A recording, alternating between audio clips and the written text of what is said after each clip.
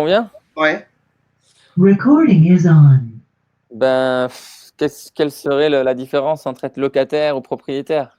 Pour moi, ce Bah, qui compte, c'est d'avoir un toit sur la tête. d'accord. Donc, ça Euh, compte. après,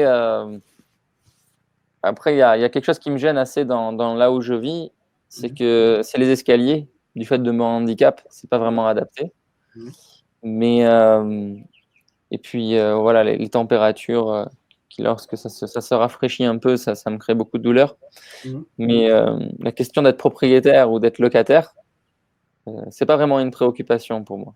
Mhm. Après, je ressens quand même une douleur en moi de savoir que quelques-uns qui ont des propriétés font payer des centaines, voire des milliers d'autres, Mhm. parce qu'eux possèdent et les autres pas, juste par convention.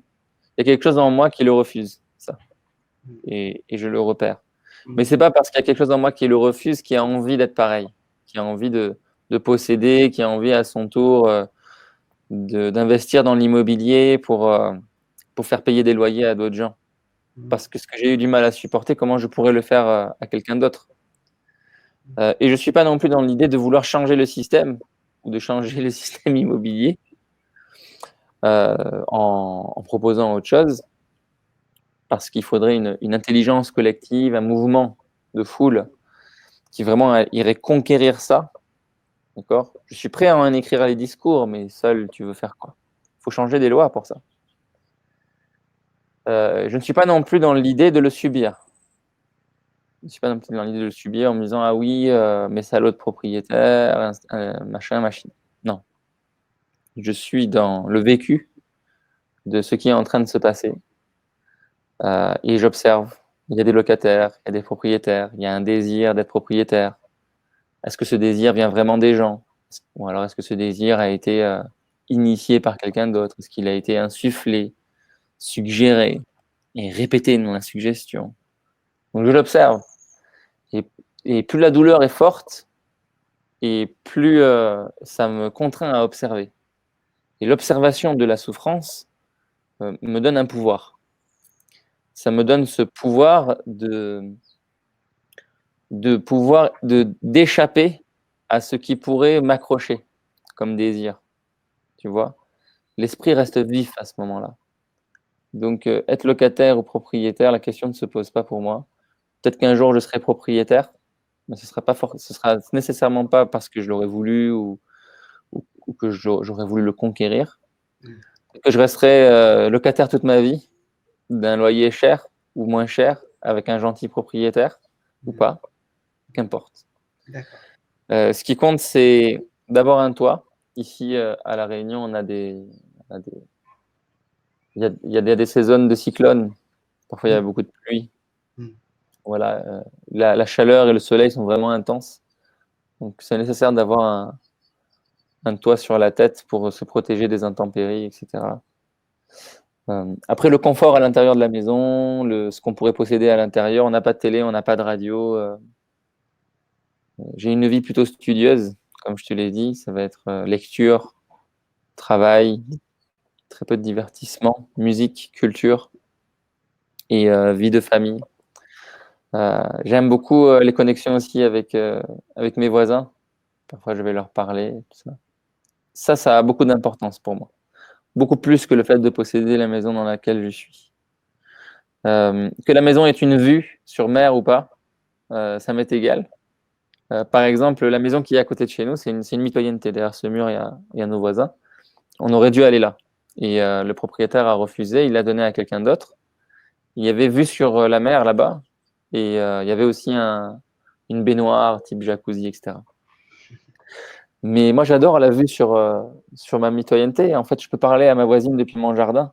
Mhm. J'adore ça, en fait. J'adore ça. Même si j'ai beaucoup de plaisir à avoir la vue dégagée face à la mer, c'est quelque chose d'extraordinaire.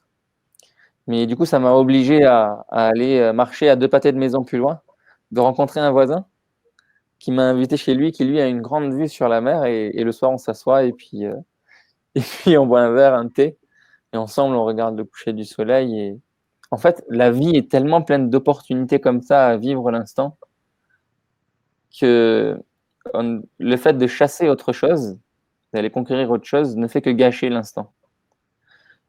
Et cet instant, on ne peut l'avoir que si on accepte la douleur de voir la souffrance. Une souffrance dont on est totalement responsable, au fond, en tant qu'humain. Que tout le cheminement qui nous a amenés jusqu'à ce qu'il y ait un propriétaire, un locataire, tu vois, tout ce bordel-là, on en est responsable. Si c'est pas moi, c'est mes aïeux, c'est leurs aïeux, etc. À un moment donné, on s'est fait accrocher par un désir. On nous a dit devenez propriétaire, c'est l'avenir. Vous êtes de ceux qui travaillent, vous êtes de ceux qui peuvent posséder. Et on est tombé dans le panneau, quoi. Moi, j'ai un père qui est capitaliste. Donc, en plus, avec ce plaisir-là de posséder du terrain, posséder du bien. J'ai passé toute mon enfance à aller acheter des immeubles avec lui. Mais jamais eu le désir de posséder comme lui. Ma mère était communiste, donc pour elle, il ne fallait pas posséder, justement. C'était l'inverse. Ça devait être sympa à la maison. C'était vraiment bizarre. Ouais, C'était vraiment bizarre parce que avec ma mère, c'était une vie simple, une vie studieuse. On allait au théâtre, on allait découvrir de la musique, on allait. Et puis c'était une vie sans tracas, c'est-à-dire on n'avait pas les usifiés aux trousses. Quand à l'âge de 3 ans, on n'avait pas non plus de résistance, trop de résistance au stress. D'accord ? Mon père a développé cette résistance au stress. C'est ça qui m'a appris. Quand à l'âge de 3 ans, les huissiers ont débarqué pour tout emballer dans des petits cartons, je me suis posé la question de pourquoi. Et ma mère a pété un câble, elle est devenue complètement folle. Mais c'est vrai que rentrer dans ces jeux-là, ça augmente la résistance au stress et ça augmente l'esprit joueur. L'esprit joueur de jouer avec l'argent, de jouer avec les biens, de jouer avec le monde. Alors, dans un certain sens, ça peut dépasser du cadre moral, mais dans un autre, on en a besoin. C'est-à-dire, on a besoin de cet esprit un peu enjoué, joueur, un peu roublard, un peu rusé, pour faire des choses dans notre quotidien. L'enfant, il fait ça. L'enfant, il va jouer, il va toucher, il va casser, il va refaire. Tu vois, il va pas se moraliser. Et ça, je l'ai appris du capitalisme. Après, l'enfant, il a une limite aussi. Il a sa limite physique. C'est-à-dire, il est un enfant, il a un petit corps. Donc, peut-être qu'il va étriper le chat, mais il ne va pas pouvoir le tuer complètement. Tu vois ? Alors que l'entrepreneur, lui, il a un pouvoir au-delà du physique, qui est psychique. C'est pourquoi le plus petit, le plus nain des politicards ou des rois, des reines ou des entrepreneurs peut faire des atrocités, quoi. Parce qu'il a engagé la pensée des gens, la psyché des gens vers quelque chose qui est totalement destructeur, vers lequel tout le monde est engagé, tout le monde y va, et tout le monde détruit ensemble, quoi. Et à l'arrivée, ça donne des hectares de forêt qui brûlent, des millions de vies qui meurent, de la souffrance, de la douleur. Ouais. Donc tout ça, je l'observe à partir de la condition dans laquelle je suis. Voilà, locataire, petit entrepreneur, petit artisan du verbe, qui est ni d'un clan familial avec ses possessions, ni d'un héritage de conquis social comme le serait un travailleur ou un salarié grâce à Ambroise Croizat, Vincent Paul et d'autres. Ok. Ouais. Toi, comment tu vois ça, puisqu'on est dans le dialogue? Ce que je vois, c'est que quand je te pose une question ouverte, tu l'ouvres bien.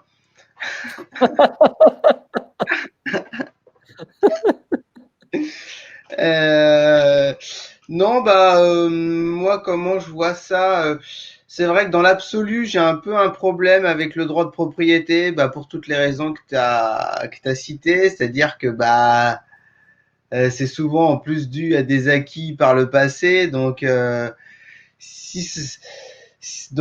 forcément, on n'est pas du tout égalitaire là-dessus, et puis je pense que tout le monde a droit quand même enfin, tout le monde peut avoir la possibilité d'avoir un toit sans avoir à payer un loyer de dingue normalement dans l'absolu. Donc c'est vrai que je suis un peu plus, je suis assez sur la même longueur d'onde que toi.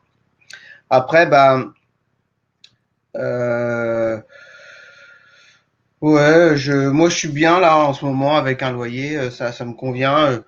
Je, ça me convient. Je me pose la question d'un peu devenir propriétaire, mais soit ça me passe rapidement, ou soit j'attends plus de trouver une opportunité qui est alignée avec moi. C'est pour Mais ça, tu vois, que j'aime bien euh, ouvrir les questionnements ouverts au maximum. oui, je vois Parce ça. qu'en fait, ça vient influencer nos décisions. Oui. Par exemple, moi, ça m'a pris quelques années quand même, avant de comprendre que la propriété privée, c'était pas mon acquis, tu vois. Ça m'a pris quelques années à le comprendre, Mm. parce que je pensais, j'étais fier de moi, je suis entrepreneur, j'ai ceci, je l'ai conquis. Si d'autres le voulaient, ils auraient pu le faire, tu vois.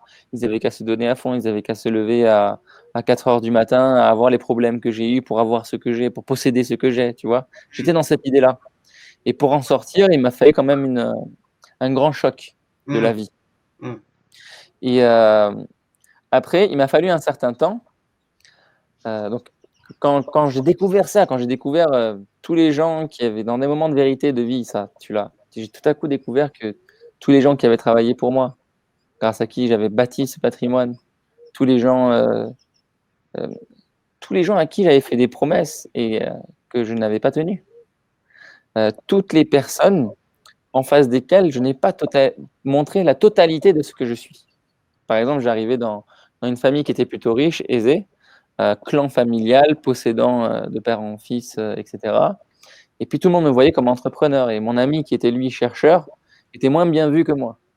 D'accord. Et moi, je jouais sur cette image, Mm. tu vois. Donc, euh, à un moment donné, je me suis rendu compte de tout ça, tu sais, de l'absurdité de cette posture mensongère, hypocrite. Je me suis détesté. Je me suis détesté, ou j'ai détesté plutôt cette version-là que j'avais auparavant. C'est toi. Et je suis rentré dans le mouvement inverse, tu vois. Le mouvement inverse, la propriété privée, c'est une honte, tout le monde ne devrait pas posséder, c'est parce que des gens possèdent que d'autres vivent dans la misère, etc. Et là, ça m'a pris un certain temps, Michael, un peu moins long, à accepter que d'autres gens possèdent. Mm. C'est-à-dire qu'il y a des millionnaires, qu'il y a des milliardaires, et que on peut faire en sorte que, euh, tout en acceptant qu'il y ait des gens qui possèdent beaucoup, d'autres aient un toit, tu vois. Euh, et là, ça m'a apaisé. Mm. Ça m'a permis déjà de prendre des clients riches. T'imagines, je m'obstinais à n'avoir que des clients pauvres qui ne pouvaient pas me payer. C'était impossible Mm. de vivre comme ça. Mm. Donc, je me disais, par éthique, par morale, je refuse les clients riches parce qu'ils possèdent, parce que machin, ils sont d'une famille, machin. Non, ils l'ont, mais quand ils sont nés, ils n'ont pas décidé où ils allaient naître. Pas le choix. Ils sont nés dans cette famille. Mm. Ils ont eu à gérer un centre commercial, ils ont à gérer des centres de profit aux quatre coins du monde, et ils l'ont géré. Et ils l'ont bien géré. Ils ont gardé le patrimoine à l'intérieur de la famille. Ils l'ont fait grossir. Ils l'ont fait fleurir. Mais c'est tout à leur honneur. Et peut-être que même, je dis peut-être, mais j'en suis certain, parce que j'en ai fait partie et j'en accompagne aujourd'hui qui sont dans cette posture-là. C'est plus dur de mourir dans la masse que de survivre au-dessus de la mêlée et de voir mourir les gens. Mm. Vraiment. C'est-à-dire que euh, être un handicapé euh, qui est en train d'avoir moins pour vivre, et puis que ton handicap va te tuer, en fait, tu vois, parce que tu n'as pas de quoi payer le soin, t'as pas la famille autour, t'as pas les amis, tu vois, pour te soutenir, et tu vas mourir. D'accord, tu meurs dans ton coin. Mm. Mais tu es au-dessus de la mêlée. Tu n'es pas handicapé, tu es en bonne santé. Tu as de l'argent. Tu peux habiter aux quatre coins du monde parce que tes parents ou ta famille ont des hôtels, des biens, etc. Tu as tout ce qu'il te faut. Mais tous les jours, tu allumes la télé, tu vois des gens qui meurent. Tu passes la rue, tu vois des gens qui meurent. Tu regardes l'handicapé, et si tu le suis un peu du regard, tu vois que sa destinée à ce gars-là, c'est la mort. Tu es en face d'un truc super angoissant, quoi. Et, euh, et ça, c'est un peu l'histoire de Bouddha. Et pour moi, tous les derniers-nés des grandes familles sont un peu des bouddhas, qu'ils soient hommes ou femmes, hein, qui sont là, qui peuvent voir la souffrance tout en ayant tout ce qu'il faut. Et c'est la condition de l'éveil, ça. Donc, c'est pour ça que certains n'entendent pas ce que je dis quand je dis oui, si un tel est riche, qu'est-ce que tu ferais? Je dis je le laisserai aller jusqu'au bout pour voir que c'est une illusion. Je le laisserai être orgueilleux et con jusqu'au bout pour que son enfant voit que ça mène à rien, en fait. D'accord? Que la souffrance continue, qu'elle augmente, etc. Et donc, je ne m'occupe pas de l'affaire de l'autre. D'accord? Je ne sais pas de le changer, de le modifier, de le contraindre. Pourquoi? Parce que c'est la pire des choses pour que la bêtise continue. La bêtise continue, elle trouve une raison d'exister quand elle a une résistance en face d'elle. Elle trouve une raison d'exister. Parce qu'il y a des anticapitalistes que le capitalisme trouve son sentiment d'existence. Mais s'il n'y a plus d'anti, s'il y a juste une nouvelle proposition et qu'il y a une totale omission de ce qu'on appelait autrefois l'ennemi, il est possible qu'il nous rejoigne, et plus rapidement qu'on le pense. C'est pour ça que j'ouvre, le sujet au maximum, comme ça, quelqu'un qui le voit comme ça, là, il se dit, mais je suis dedans, je suis intégré, je le voyais pas, parce que je pensais que le gars, il était là, et que moi, j'étais là, mais non, en fait, on est dans le même panier.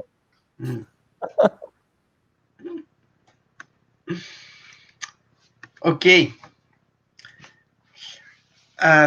Super. J'avais une deuxième chose sur laquelle je voulais rebondir dans ce que tu as dit, c'est clarifier la notion de revenu et salaire. En fait. Ah oui, oui, oui. Parce Je que t'écoute. quand je t'entends, je t'ai entendu parler plusieurs fois là de ces notions-là, et du coup, bon, j'ai une impression que tu l'employais dans le même sens. Et moi, pour moi, ça a vraiment deux choses très différentes. C'est-à-dire que euh, pour moi, le revenu, d'ailleurs, mais je pense que c'est ça aussi, le revenu, c'est vraiment un montant de monnaie. Et le salaire, c'est un montant de monnaie qui est donné en échange de travail. Alors que la différence, c'est que le revenu, il peut arriver sans forcément qu'il y ait de travail. Et du coup, là, on attaque un peu le cœur de qu'est-ce qu'est le travail, qu'est-ce qui peut. Et du coup, j'essaye souvent d'utiliser le bon terme. Alors, pour justement de savoir de quoi on parle. Est-ce qu'on parle moi, je pars du principe qu'au final, dans notre système actuel, on n'a pas forcément besoin d'un salaire, on a besoin d'un revenu avant tout. Le salaire, on en a besoin pour avoir une activité, comme tu disais, sociale, euh, de, enfin, c'est plutôt lié avec le fait d'avoir, de faire quelque chose qui est reconnaissant, qui donne dans laquelle on se retrouve, dans lequel on s'épanouit, etc. Et du coup, généralement, quand on arrive à faire ça, eh ben, on a un salaire qui est donné, enfin, en tout cas, un revenu qui est donné pour le travail qu'on fait. Mais le revenu, je pense que c'est le point fondamental de notre société, dans le sens où aujourd'hui, qu'on fasse quelque chose, qu'on fasse peu importe ce qu'on fait, en fait, on a forcément besoin d'un revenu, en fait, quasiment. Alors, il y a toujours quelques exceptions, évidemment, genre la personne qui vit sans argent, là. Okay. Mais bon, je vais mettre ces exceptions de côté. Je pense que sur bon, en tout cas en France en plus, et puis quasiment partout dans le monde, chaque personne a quand même besoin d'un revenu pour au moins pallier à ses besoins primaires, de manger, dormir, et d'avoir un toit, etc. Donc, voilà, je voulais être sûr que pour toi, c'est bien clair ces deux termes-là, et de pas confondre du coup salaire et revenu, parce que ça peut être confusant, Et, voilà. Est-ce que c'est clair pour toi ce que je viens de dire? Ou alors est-ce qu'on est en accord sur ces termes-là? Ben moi, Attention, c'est une question fermée, ça, du coup. oui, oui, il faut développer. Ah, tu développes si tu veux, mais merci. Moi, en fait, quand je pose des questions, Hum, je peux poser, alors, parce que c'est un peu c'est un peu mon jeu. J'aime bien poser des questions, j'aime bien répondre aux questions aussi, mais j'essaye toujours tu vois, quand je pose une question ou quand quelqu'un pose une question, il a une intention. Il a une intention, c'est-à-dire qu'il a limite un besoin, c'est-à-dire qu'il a envie d'avoir une réponse. Et, euh, et du coup, j'essaye souvent de me concentrer, d'être juste par rapport aux besoins qu'on me propose. Donc moi, j'adore répondre juste oui ou non quand on me pose une question fermée, quoi. Parce que je le mets face au fait que c'est une question fermée. Et du coup, je respecte ça. Alors, souvent, ça peut être une erreur de, de syntaxe ou tu vois, enfin, de grammaire. Parce qu'en gros, on voulait poser une question ouverte, mais on la pose de manière fermée. Donc là, évidemment, on peut développer naturellement, mais dans l'absolu, j'aime bien, j'aime bien poser deux types de questions, des questions ouvertes et des questions fermées, et et euh, voilà. C'est Alors, répète-moi ta question pour que je te fasse une alors réponse par oui ou par non. euh, ma question c'était est-ce que du coup c'est clair, est-ce qu'on est en accord avec les notions de revenu et travail comme je te les ai définies? Est-ce que on est euh, en phase sur ces deux notions? Non, Je le sentais bien. Donc non, du coup, non. vu que c'est non, là je t'invite effectivement à développer et à dire sur quel point précis t'es pas d'accord. Alors, déjà, je ne mettrai pas le revenu en parallèle du travail. Je définirai le travail d'un côté, d'accord? Selon deux idéologies, mais je vais y revenir. Et d'autre part, je parlerai de la monnaie, parce que là, tu as parlé du fait qu'on a quand même besoin d'argent pour vivre. On a besoin d'argent parce qu'on l'a décidé. On a décidé d'avoir de la monnaie pour faire des échanges. Mais on pourrait vivre dans une société sans monnaie, c'est possible. Mais ce n'est pas le cas. Ce n'est pas le cas. Et on est contraint de vivre dans le système dans lequel nous sommes aujourd'hui, avec l'argent comme convention. Et là, je suis d'accord avec toi. On en a besoin et le rêve de vivre sans argent, euh, c'est un rêve vain. Pas tel temps que ça, parce qu'on peut vivre dans une société post-monétaire, comme dans Star Trek, mais Star Trek, c'est pas la réalité, c'est pas notre réalité. Ou alors comme chez les Schtroumpfs. Les Schtroumpfs, ils s'échangent des biens, des services, tout le monde a sa place, même celui qui fait des blagues, il a son utilité. Même celui qui fout rien, le Schtroumpf paresseux, il a son utilité. Le sage qui fait ses recherches dans son laboratoire, ben, il n'a pas besoin d'aller chercher des subventions ou des post-doctorats pour ses recherches, tu vois. Donc, c'est un monde extraordinaire, quoi. Tout le monde a tout ce qu'il faut. Et moi, je parle de ça parce qu'à l'île Maurice, chez mon beau-père, j'ai trouvé dans la chambre de ma belle-sœur un livre qui s'appelle Le Schtroumpf financier. Et j'ai commencé à le lire avec passion parce qu'un jour, l'un des Schtroumpfs va chez les humains et il voit qu'ils sont en train de frapper de l'or et qu'ils s'échangent des biens et des services avec de l'or. Donc lui, il va faire frapper de l'or, il va échanger de la monnaie, il va faire office de banquier. Et au début, tout le monde était bien avec ça, parce que l'artisan pouvait faire plus, les gens pouvaient construire de plus grandes maisons, avoir de plus grands conforts. Mais à mesure qu'on avançait, certaines personnes étaient mises de côté. Donc, la Schtroumpfette, qui était un peu la soignante, la psychologue et l'infirmière du village, elle avait de moins en moins de moyens. Ça rappelle quelque chose pour pouvoir soigner les gens. Elle était, elle était grave dans la misère. Le Schtroumpf paresseux était devenu clochard parce qu'il avait dû hypothéquer sa maison. Il devait vivre sous les ponts. Et plus personne ne voulait de lui parce que tout le monde disait tu fous rien de ta vie, faut que tu ailles travailler pour avoir de l'argent, pour avoir une maison. Alors qu'avant, tout le monde s'était mis pour construire sa maison à ce gars-là, tu vois. Et c'était quelqu'un qui était utile dans la société parce que quand quelqu'un avait un tracas, il venait voir le schtroumpf paresseux qui était dans son hamac comme ça, tranquille, à l'aise, en paix. Et puis ça lui faisait du bien, tu vois. Carrément. Pendant ce temps, le schtroumpf sage, lui, il avait eu un accident dans son laboratoire, donc il était dans le coma. Et les artisans, les schtroumpfs artisans, les commerçants, tout ça, ils commençaient à gagner de l'argent, mais ils s'endettaient. Et la dette était quelque chose d'extrêmement anxiogène et stressant pour eux. Ils n'endormaient plus la nuit. C'était une catastrophe. Et pendant ce temps, le schtroumpf financier, puisque c'était son nom, hein, eh ben, il avait une maison qui faisait 100 fois celle des autres. Il avait le compte en banque qui était plein parce qu'il gérait l'argent, il était devenu banquier. Et à un moment donné, les gens se rassemblent et ils commencent à parler les uns des autres. Pendant ce temps, le schtroumpf sage se guérit, se soigne, c'est la sagesse se soigne. Et il vient observer les gens. Il vient pas leur dire quoi faire. Il vient les observer sans rien dire. Et les gens par eux-mêmes, ils décident, bon, ben, puisque plus rien nous appartient, tout appartient à la banque, on va partir et puis on va construire notre village À côté.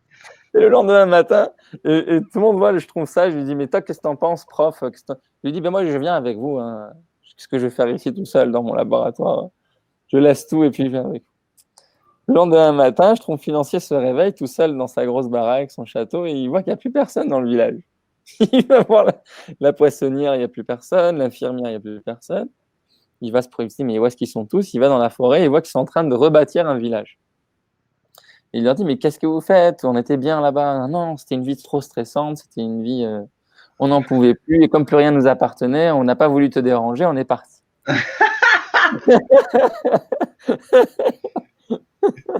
Et lui, il était tout triste, tu vois, donc il a fait son repentir.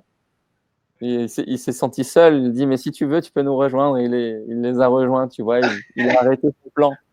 Mais on ne vit pas dans ce monde-là. On ne vit pas dans un monde où le financier va arriver, la queue entre les jambes et se dire, Je suis on va désolé. arrêter la bourse. Ouais, ouais. Désolé, on a fait une erreur.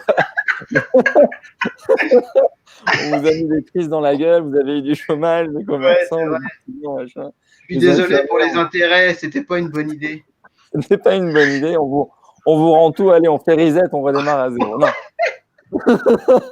ça ne marchera pas. Donc, on vit plutôt dans un monde où les gens se rassembleraient pour emprisonner ce gars-là, le juger si ce n'est le tuer, pour créer un autre système qui aurait aussi ses propres problèmes. Donc, moi, je parle du monde dans lequel on est, où il y a de la monnaie, où il y a les problèmes liés à la monnaie, à l'orgueil qui s'ajoute sur la monnaie. Et bien sûr, moins on en a, plus on peut sembler être vertueux. Et ouais. Mais le moindre désir et le moindre vice, quand on a 1000, il s'agrandit quand on a 1 million ou 1 milliard. Donc, il faut prendre ça en considération. Tout à fait. Voilà pour la monnaie, la partie monnaie. D'accord. Ensuite, bon, il peut y avoir des alternatives à la monnaie nationale. Il y a la monnaie supranationale comme l'euro. Il y a des monnaies locales. Il y a des monnaies libres comme la June. Donc, on ne va pas faire long là-dessus, mais il y a différents types de monnaies qui peuvent exister, qui peuvent être plus ou moins coopératives, mais c'est surtout la psychologie qu'on en a qui va faire qu'on l'utilise d'une certaine manière ou d'une autre. Le revenu, je ne le mettrai pas face au travail. Le revenu, je le mettrai face au salaire. Ce que j'appellerais revenu, ce seraient les revenus qui viennent d'un centre de profit. Le revenu vient d'un centre de profit. Alors, ça peut être des revenus de capitaux, c'est-à-dire de la bourse. Ça peut être des revenus locatifs. Ça peut être des revenus d'un travail de petit artisan du secteur marchand. D'accord? Donc, le gars, il est menuisier, luthier, il retape mon violon là, et puis il se fait 100 euros. Et ça peut être un revenu qui va nourrir un salaire. Il va nourrir un salaire, c'est-à-dire quelqu'un qui a été employé et dont le revenu est composé de revenus directs qu'il peut utiliser dans le quotidien et de revenus indirects qui vont le prémunir des accidents du travail, c'est-à-dire ne plus avoir peur de tomber malade et de ne plus pouvoir travailler parce qu'il y aura l'accident du travail, de pouvoir avoir des congés payés, de pouvoir avoir une retraite, c'est-à-dire que dès lors qu'il n'est plus en capacité d'utiliser ce corps pour faire du revenu, qu'il ait quand même un revenu. Voilà. Ça, pour moi, c'est le salaire. Alors, le dirigeant peut avoir un salaire, le propriétaire d'une entreprise peut avoir un salaire, et le travailleur, qui est au bout de la chaîne, peut avoir un salaire.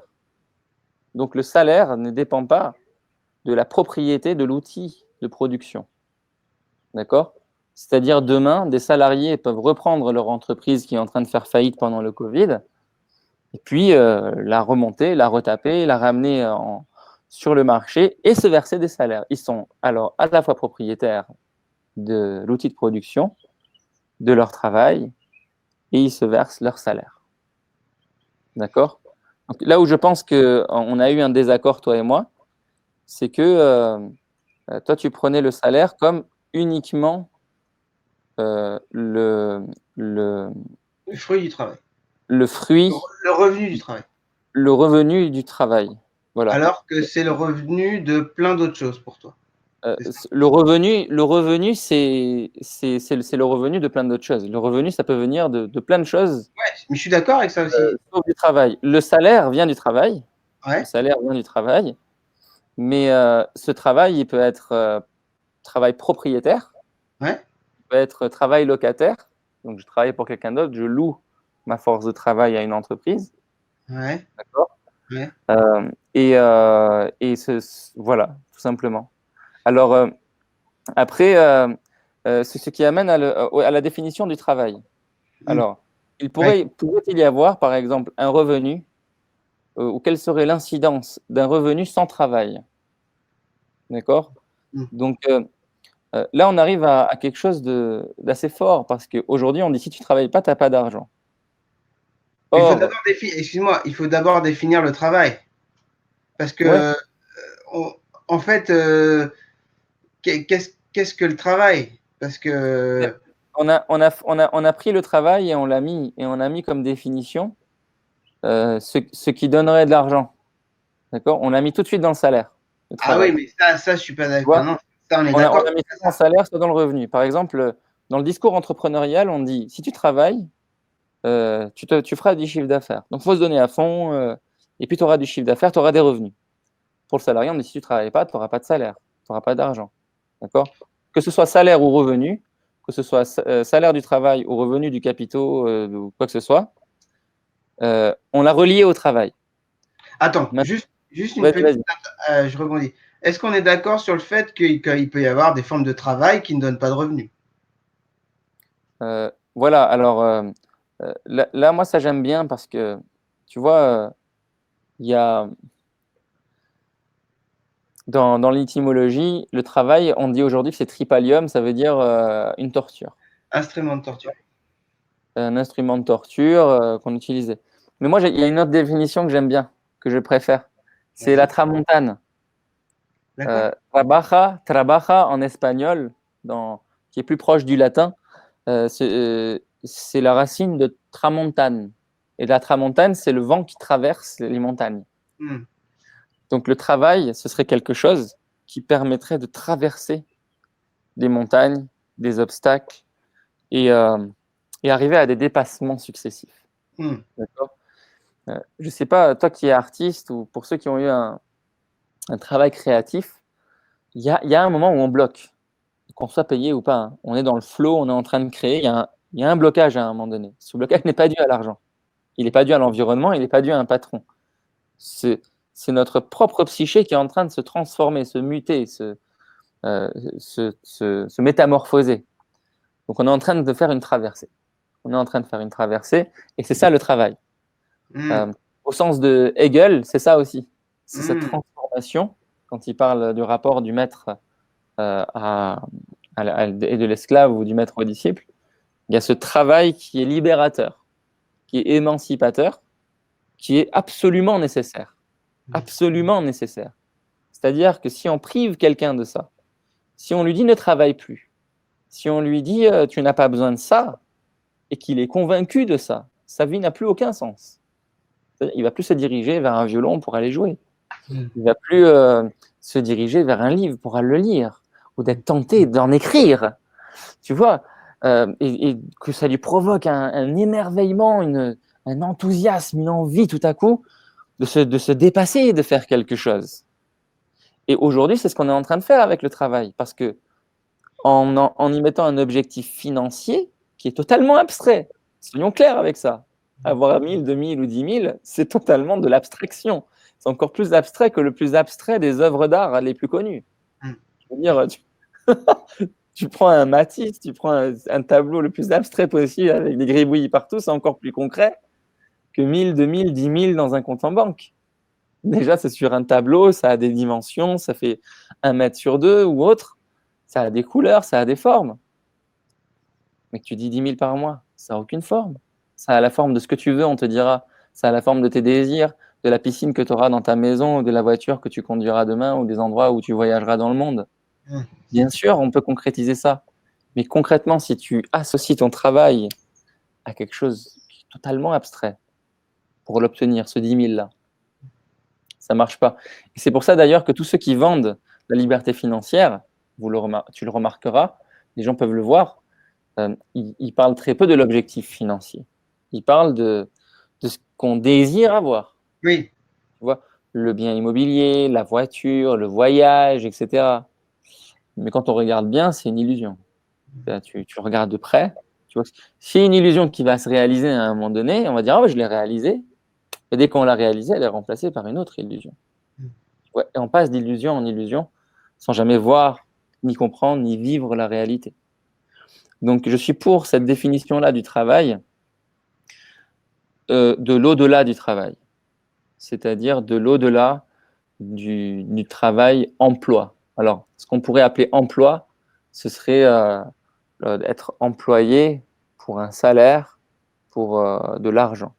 Mais ce travail-là, c'est quelque chose de transformateur dont on a absolument besoin. Et quelqu'un qui a le RSA, par exemple, aujourd'hui, ou quelqu'un qui est aux minima sociaux, moi, je suis pour qu'il travaille. Tu vois, c'est-à-dire pour qu'il travaille, non pas pour un produit marchand, d'accord, à vendre. Qu'il traverse des choses, qu'il fasse des. Moi, en fait, je dis pas traverser, je dis faire des efforts. Qu'il y ait un effort, qu'il y ait un dépassement, ouais. Tu vois, qu'il investisse cet argent pour apprendre, pour se cultiver, avec ce qu'il a. Tu vois, écrire un livre, aller faire des conversations et activer sa vie. C'est ça qui va activer sa vie, en fait. Tu vois, et c'est entre ses mains. C'est-à-dire que il a le toit, il peut l'activer d'où il est.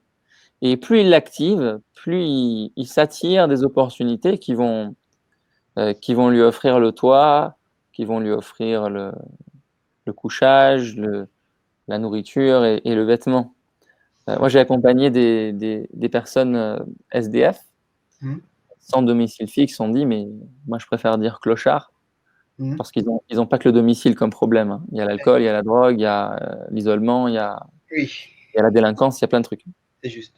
Et en fait, quand ils rentrent dans le travail, il y a quelque chose qui se passe.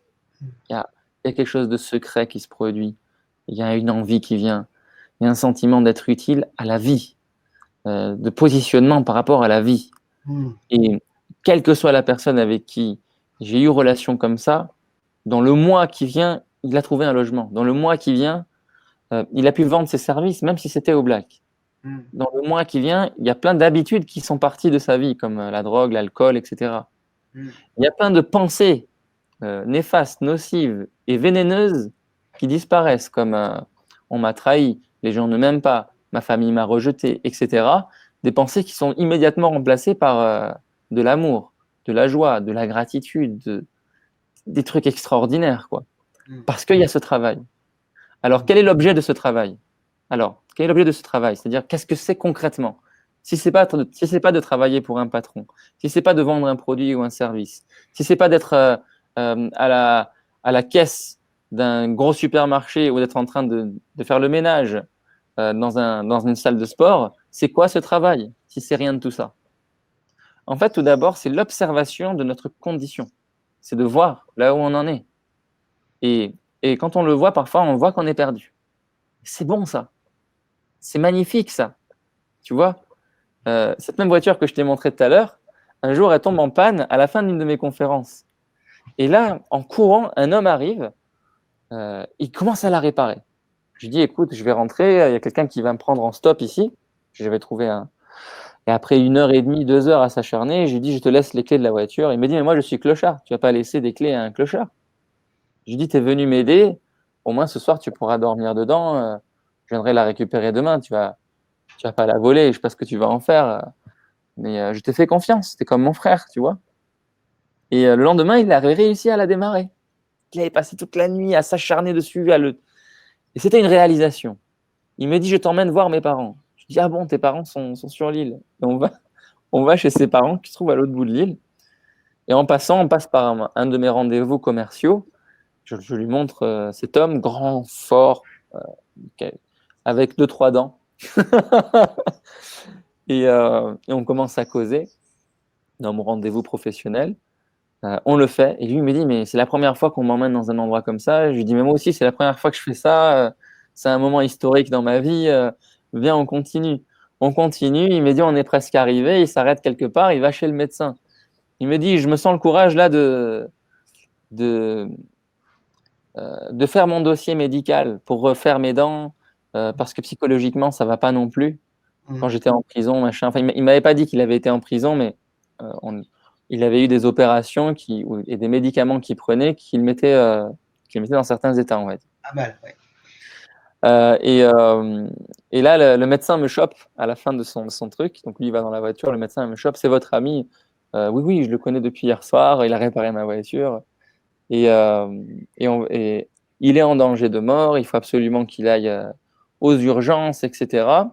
Et je me suis rendu compte du dépassement qu'il avait réalisé là. Parce qu'il connaissait cette réalité, mais il n'arrivait pas à y faire face. Donc il y est allé pour faire le dossier. Et cette femme médecin m'a dit la vérité. Et à ce moment-là, dans la voiture, il m'a dit, je ne sais plus où j'en suis, je ne sais plus ce que je dois faire. Je lui dis, voilà ce que m'a dit le médecin. Il me dit, je sais. Et je lui dis, écoute, le mieux, ce serait de le dire, de se l'avouer, de le voir. Et puis, si tu dois mourir demain, ben, au moins, on aura été amis un soir. Tu vois. Et moi, je serais ravi que tu ailles voir, que tu ailles à l'hôpital, qu'ils s'occupent de toi. Ah non, ils vont mal s'occuper de moi. Moi, je les connais, ils me dénigrent, ils vont me tuer encore plus que ça. Les médicaments, ça va me tuer, Farzad. J'ai pas envie de ça. Je dis d'accord, il n'y a pas de souci. On profitera alors du temps qu'on a à vivre ensemble. On arrive chez ses parents et je lui dis est-ce que tu serais d'accord pour que je dise à tes parents ce que le médecin m'a dit? Et il m'a dit oui. Et je leur dis. Alors ses parents commencent à pleurer, ils le prennent dans les bras. Il dit mon fils, tu es le bienvenu chez nous. Tu n'es pas obligé d'être clochard, etc. Il y a un grand moment qui se passe là. Et il y a eu une transformation, tu vois. Il y a eu un travail. Alors, son travail à lui, c'était quoi? C'était accepter d'avoir les clés d'une voiture de quelqu'un d'autre entre les mains. Deuxième travail, prendre la responsabilité de cette voiture et puis de sa propre initiative, d'essayer de la réparer. Troisième initiative, de présenter un inconnu à sa famille dont il avait honte face à un père qu'il avait chassé au fusil. Son père l'avait chassé à coups de fusil. Troisième étape. Et son père, il l'a accueilli sans le fusil? Tout était aplani en fait. Du moment où on est arrivé, où il m'a dit voilà, je vous présente Farzad, machin. C'est comme s'il y avait une sérénité, une paix. Ce travail-là avait amené à un dépassement, d'accord, qui vaudra plus que tous les salaires du monde, que tout l'argent du monde, que tous les gains de l'auto au monde, d'accord? Que c'est le vivre et mourir en fait. Là, c'est bon, tu peux le vivre et mourir. Et c'est de ça qu'on a besoin. Troisième travail qu'il a eu à faire, voir sa maladie, voir son état. Donc, et aller faire les papiers pour avoir ses allocations d'handicapé. Tu vois? Même ça, il n'osait pas, tellement il était dans le creux de la vague. Donc, il a osé le faire. Troisième étape, voir sa maladie, accepter de se soigner, le dire à ses parents, à sa famille. tu vois.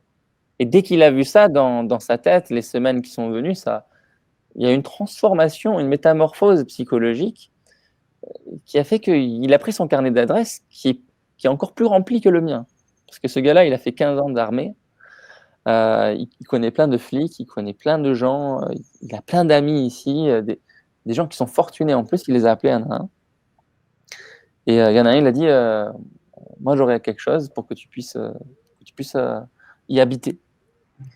Et, il a trouvé un logement en moins de 3 semaines. Et dans la semaine où on était, il avait trouvé un job. Il avait trouvé un job, un mécano en fait, qui était un de ses anciens patrons. Oui, il a l'air bon du coup. Ouais, parce que il s'est réparé des tanks, il s'est réparé des Ah bus, ouais, d'accord. il s'est tout réparé. Aucune classe A, les doigts dans le nez.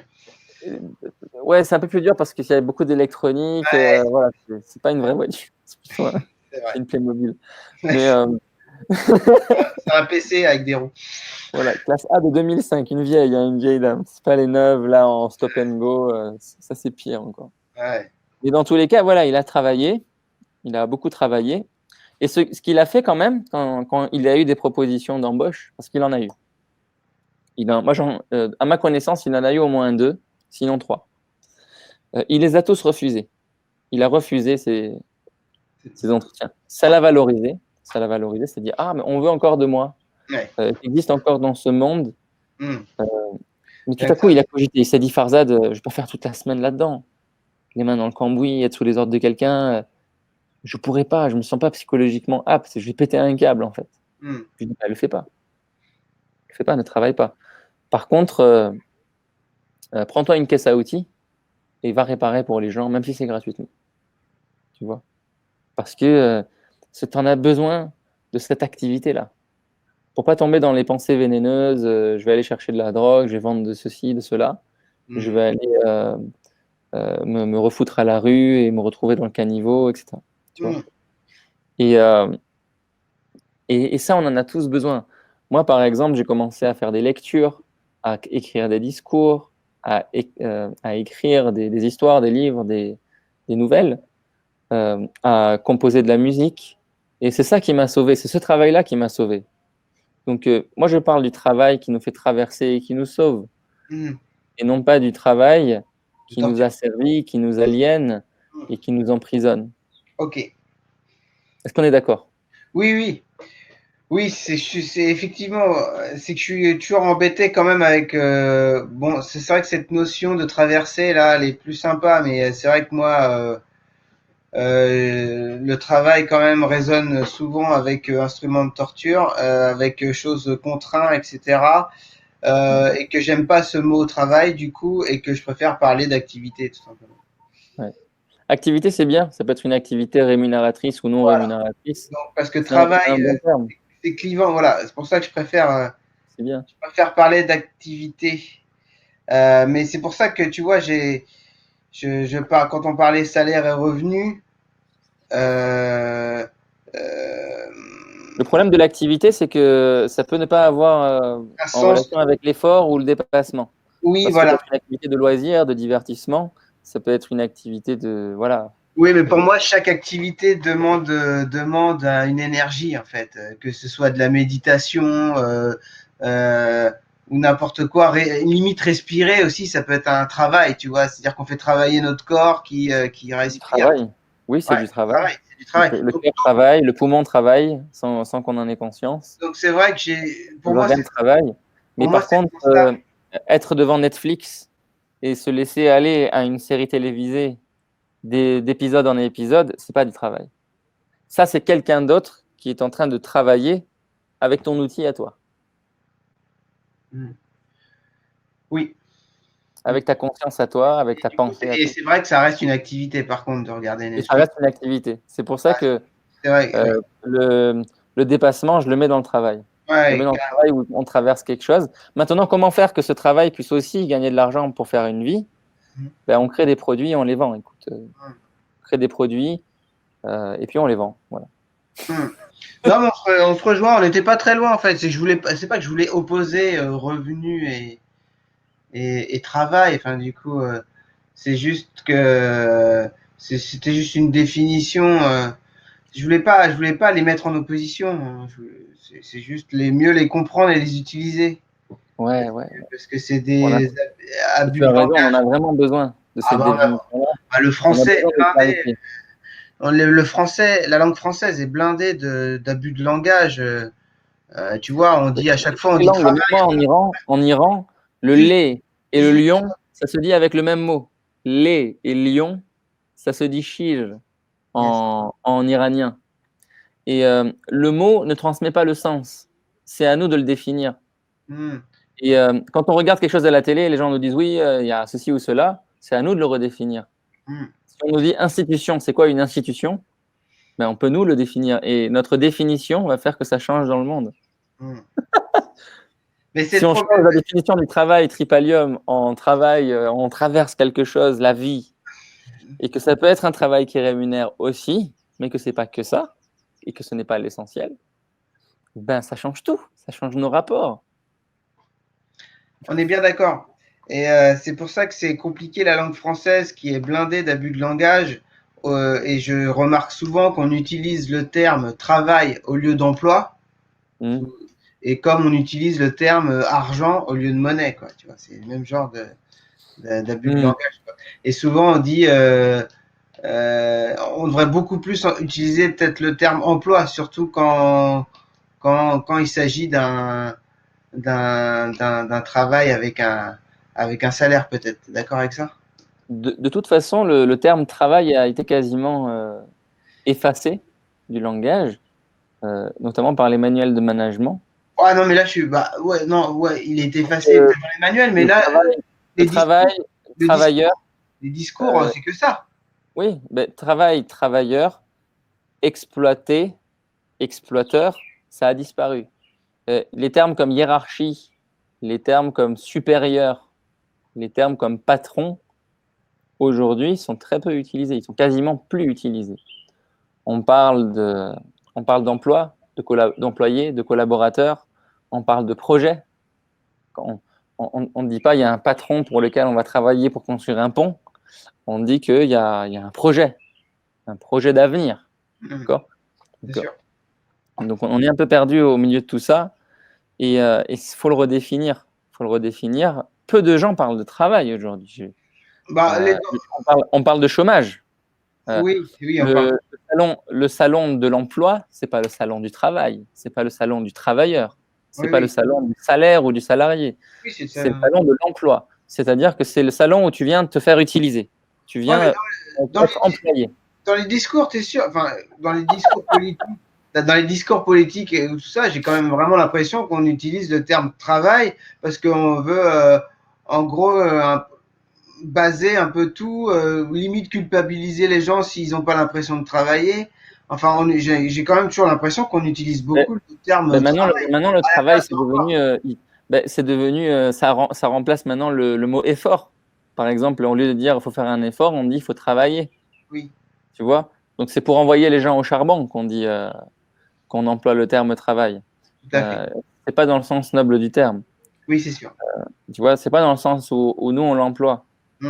Euh, le, Bah, c'est vrai que le sens noble de travail, j'avoue que là, avec ce côté traversé, je l'avais jamais entendu. C'est sûr que ah, ça apaise un peu la notion et l'intention qu'il y a derrière ce mot. Mais, ouais, et Dieu que je l'ai je veux cherché, dire que là, à ce niveau-là, je l'ai vraiment travaillé pour le coup, ce mot-là. il y a du boulot. J'ai vraiment travaillé, Il y a je du m'y suis boulot tenu, parce qu'il n'y a ça se pas grand. travaille. Ouais, mais c'est bien, ouais, c'est bien. Tu dis Mais quoi? il faut se réapproprier le terme travail. De toute façon, on n'a pas le choix. Parce Je qu'il disais, est il n'y a pas tellement. grand monde qui le fait. Non, mais je veux dire, il y a pas, c'est pas qu'il le fait, mais je pense qu'il n'y a pas grand monde qui a cette notion de traversée, de, euh, de dépassement de soi avec le mot travail, quoi, tu vois. Mais bien sûr, Alors parce que, qu'aujourd'hui, on a mis le dépassement de soi sur le fait de gagner plus de revenus. oui, Euh, voilà. tout le développement personnel mise là-dessus. Oui, Alors que moi, je dis que l'aidant familial qui n'a pas d'emploi, mais qui ouais. s'occupe de sa mère qui a un cancer, Hum. il est en train de travailler. Et Dieu qu'il est en train de travailler. De la tête aux pieds, chacune des cellules de son corps est mobilisée pour travailler du matin au soir. Sa psychologie est entraînée. Et c'est quelqu'un qui développe des compétences. On ne se rend pas compte, hein. mais il est en train de travailler. Il n'a pas de salaire. Ouais. Il a un revenu pour pas se révolter. Il a un RSA, il a un AAH ou quoi que ce soit. Une misère, quoi. Mais c'est un travail. Et c'est un travail extraordinaire que de prendre ça à bras le corps. Tu vois, à bras le corps. Et c'est pas des mots sur lesquels on peut plaisanter, c'est des mots vraiment sérieux sur lesquels il est important qu'on s'arrête, qu'on les redéfinisse ensemble. Tu sais, euh, quelques mois après le décès de ma mère, la clinique Bergonié, qui est l'une des premières en Europe à soigner le cancer, m'appelle. C'était l'un des médecins en chef qui voulait demander des nouvelles de ma mère et faire un sondage, en fait. Il m'a dit, on fait un sondage, est-ce qu'elle est en vie, est-ce qu'elle n'est pas en vie, qu'est-ce qui est arrivé, machin. Parce qu'en fait, une fois arrivé le soin palliatif, on s'occupe plus trop de la personne. Ouais, je connais, j'ai eu la même. Voilà. Et en fait, bienvenue au club. Et je lui ai dit, plutôt qu'en parler au téléphone, à cocher des cases dans un questionnaire, je vais venir. Je vais venir. Ah non, vous n'allez pas faire ça. Il n'y a personne qui le fait. Et c'était mon travail, je l'ai senti. Tu vois, et chaque pas que je faisais en allant vers cette institution-là, c'est le travail qui montait. Dès que j'ai posé le pied dedans, j'ai vu les gens chauves, les crânes rutilants. J'ai vu voir ma mère partout. J'ai eu tellement d'amour à ce moment-là que je me suis enfermé dans les toilettes et j'ai pleuré. J'avais tellement de bonheur et de joie. Tu sais, je ne savais pas comment l'exprimer. Et j'ai séché mes larmes, je suis ressorti de là. Je dis bonjour à tout le monde, comment vous allez? Ah, vous passez des moments difficiles. Ma mère en a eu aussi. Vous inquiétez pas, qu'on soit vivant ou mort, ce qui compte, c'est de passer un moment de joie là ensemble. Et je vais voir le médecin qui était là, qui lui était comme un mort pour le coup, parce que il amenait les gens au but sans rien pouvoir, le pauvre, il faisait comme il pouvait. Ah, vous savez, je suis vraiment gêné, on n'a rien pu faire pour vous. Arrêtez de vous excuser, c'était même pas vous le médecin, c'était un autre. Et puis les médicaments, c'est pas vous qui les décidez, voilà, c'est pas grave. Faisons le questionnaire, parlons, causons ensemble. Et là, j'ai senti vraiment ce travail-là, cette traversée, pour le coup, accompagné avec ce bon compagnon qui était ce médecin. Et tout à coup, j'ai vu ce type qui avait quand même 10-15 ans de plus que moi, un salaire qui devait faire 10 fois le mien. Et on n'avait rien à voir au niveau de l'échelle sociale. J'avais l'impression que c'était un pote de longue date. D'école, tu vois, on a commencé à rigoler et tout ça. Il me dit, bon, moi, est-ce que tu en es dans ta vie? Je dis, voilà, ça, ma soeur, elle est en train de tripler sa médecine, elle ne sait pas comment faire, elle pleure tous les jours. Ah, mais ça, je peux faire un courrier à le doyen de l'université, c'est mon pote. Ah, d'accord. Et donc, ça, c'est du travail. Mais j'aurais payé un coach, il n'aurait jamais pu m'offrir ça. D'accord?